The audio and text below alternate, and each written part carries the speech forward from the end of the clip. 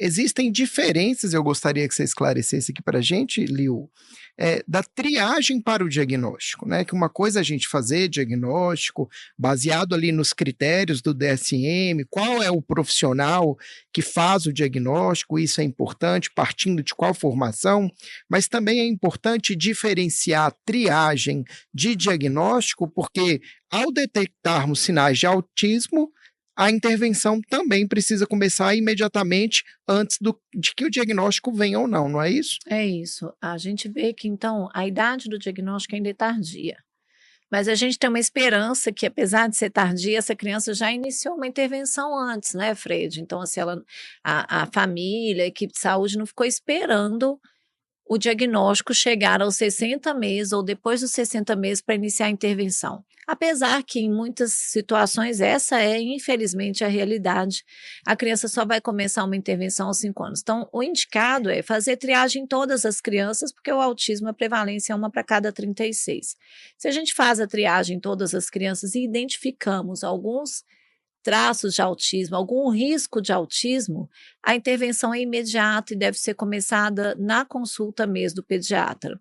Então, precisa de ser esse pediatra para fazer a triagem universal e para estar orientando. Essa pesquisa, Fred, ela traz para a gente alguns fatores relacionados a esse diagnóstico mais tardio. Ela discute, por exemplo, os níveis do transtorno do espectro do autismo. O nível 1 é considerado quando a criança necessita de pouco suporte, ou adolescente ou adulto. O nível 2 é um suporte intermediário e o nível 3 é um suporte mais substancial. Então, é claro que uma criança que tem uma necessidade de um suporte mais substancial vai chegar muito mais rápido, muitas vezes, no consultório, a busca do diagnóstico vai ser maior, a família vai perceber mais facilmente, a escola vai perceber mais facilmente do que aquela criança de nível 1.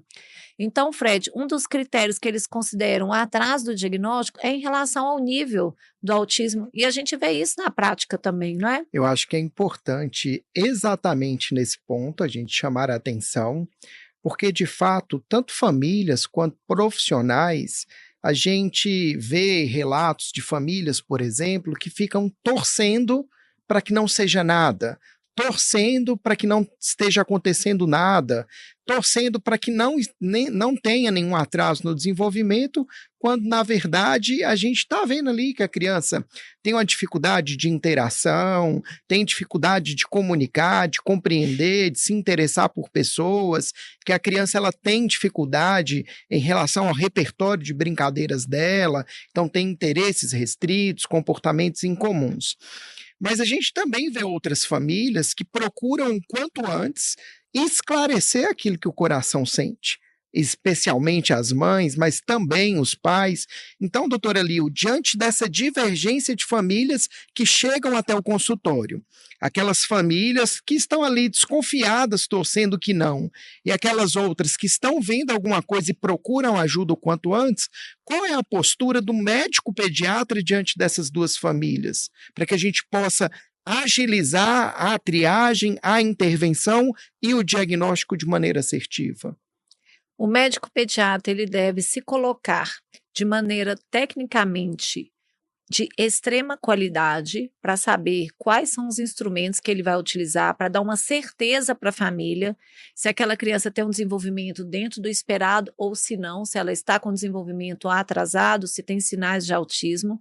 E o médico também deve se colocar como um ser humano que vai acolher essa família que está sofrendo naquele momento, que está angustiada ou que nem estava desconfiando e que passa a perceber, então, com a abertura da ciência, com esse médico abordando de forma adequada, amorosamente, tentando compartilhar seus conhecimentos com os familiares, a família passa a perceber ali que essa criança tem um desenvolvimento diferente.